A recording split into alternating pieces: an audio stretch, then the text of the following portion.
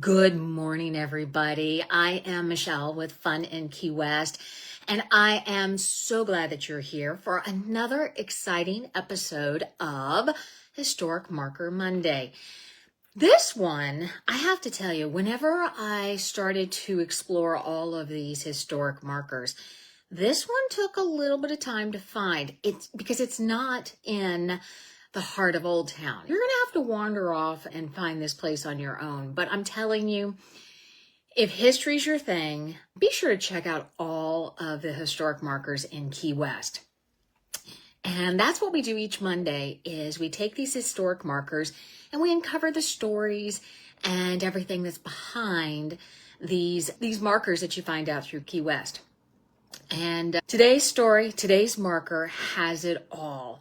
Music halls, war hospital, Navy chow lines, even a rooftop garden. And today we're talking about Bruce Hall. It's the last standing structure of a once proud seminary that helped shape Key West's educational wartime history. And this is located over at 1310 United Street. And if you're wandering over there, and here's the thing, you're not just going to wander over there. You're going to have a reason to go there.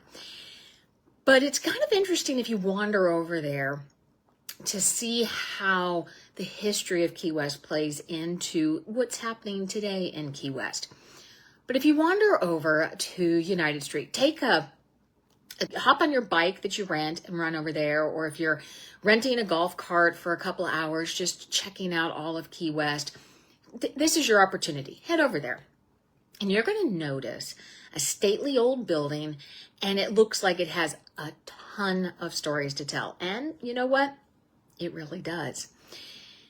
This seminary, this structure, not necessarily this structure, but this place, started back in 1889, and it is the Ruth Hargrove Seminary. And we give thanks to the Methodist Episcopal Church South and the Women's Board of Home Missions who founded the seminary. Bishop Warren Candler teamed up with 7 Key West businessmen to build the seminary. So back in 1889, the bishop comes to town and he taps on the shoulders of 7 prominent Key West people. And he says, I want to build a seminary. And they were, sure, let's get it done. So they started off in rented buildings, which, is humble beginnings, but that's where everybody starts, right? So they started off in rented buildings. Then in 1901, they built their first permanent structure. It was a colonial frame structure, and it had dormitories and recital rooms and faculty living quarters. And that is located at the United and White Streets. And that is now where the National Weather Service building now stands. So if you're wandering through and you find the National Weather Service building, that's where that first original structure actually used to stand. And if you think back as to what they were trying to do with the school, it was more than just a school. It was a movement. It focused on education, on music, and community. And if you think about it, that is what draws us to Key West. It's that community. It's the music. And it's learning all about the history of Key West. Then we build Bruce Hall, and that is constructed and built in 1911. And this was the third building in the seminary complex. It was built with what's called Indian block, a fireproof solid concrete block. And let me tell you, this was cutting edge at the time. We've come through the Great Fire, and so there's a lot of emphasis on how do we make sure structures survive weather, fire, all of that.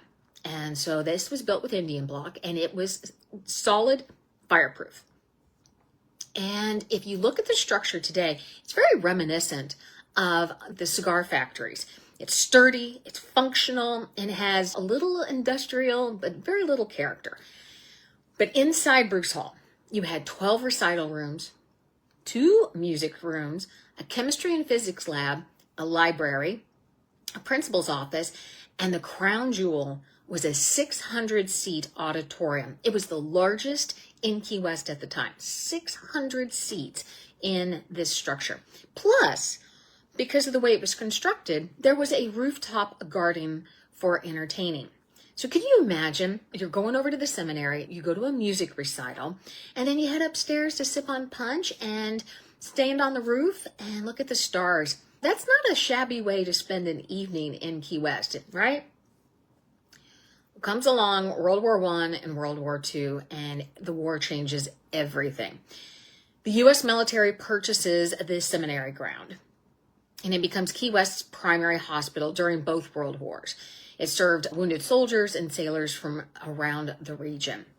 And this peaceful center of education and music was suddenly filled with stretchers and nurses and the echo of wartime urgency, not the music that people were used to hearing within that building. But after the war, the original wooden buildings were all torn down, and Bruce Hall stood all by itself, stood alone, and it was the resilient survivor of two very different eras. Now we're going to shift into the post-war, and Bruce Hall becomes the Navy commissary. If you're not familiar with a commissary, it's basically the early version of a neighborhood store, but it's military style. If you go on base today, they have the commissary, and that's where you go. Later, after the Navy was using it, the Navy then moved into the Gatto cigar factory, and then they transferred the deed to the building to the Monroe County School Board. So it returns back to its educational roots. So it goes from a seminary to a wartime hospital to a Navy supply hub, back to the classroom. And so Bruce Hall really has come full circle. Why does this matter? I think we sometimes forget as to the history of Key West and everything that has occurred in Key West. We all come down to Key West and we're enjoying Duval Street, we're enjoying the water activities, the nightlife. But there has been a lot of famine and feast in Key West. You go from the wreckers to wartime to the Depression era, and there's been a lot of things that have occurred. But Bruce Hall, which was one of the original structures left of the Ruth Hargrove Seminary, stands today as somebody had a vision, somebody had foresight to say, hey, I want to build a school. And then it transferred into being part of the military effort, and then it's back to the school. I think it represents resiliency, adaptivity, and the value of community institutions. You stand there and you're thinking, Michele, it is just a block building, but it has so many stories to tell, a ton of stories. It's not flashy. It's not one of those flashy, pretty buildings, but it has so much history behind it. And today it's being used for what I would say its original purpose. The inspired people who came to Key West and started are like, this is what we intended it to be. And that's what it's doing today. And I find it very satisfying that buildings come back full circle into their original purpose.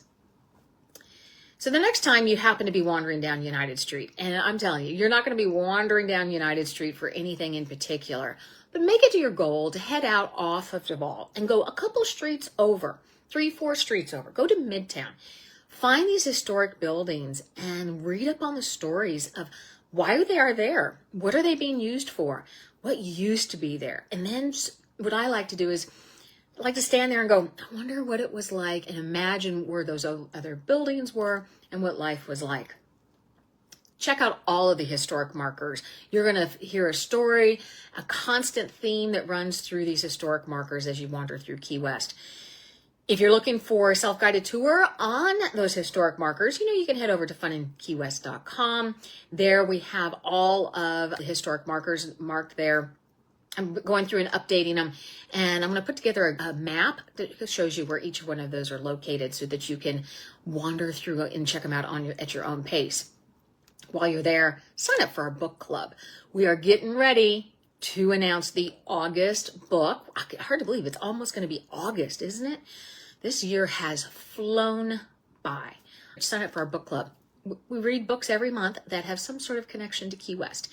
And if you hit the book club tab at FunInKeyWest.com, you'll see everything that we've read and what we're reading this month. Be sure to check that out. I am Michele. Thank you again so much for stopping by and checking out what we're doing for Historic Marker Monday. And every day we pop in, give you a little bit of history of Key West, give you something to try, give you a must-try list, and I hope you pop in later this week. Talk to you later.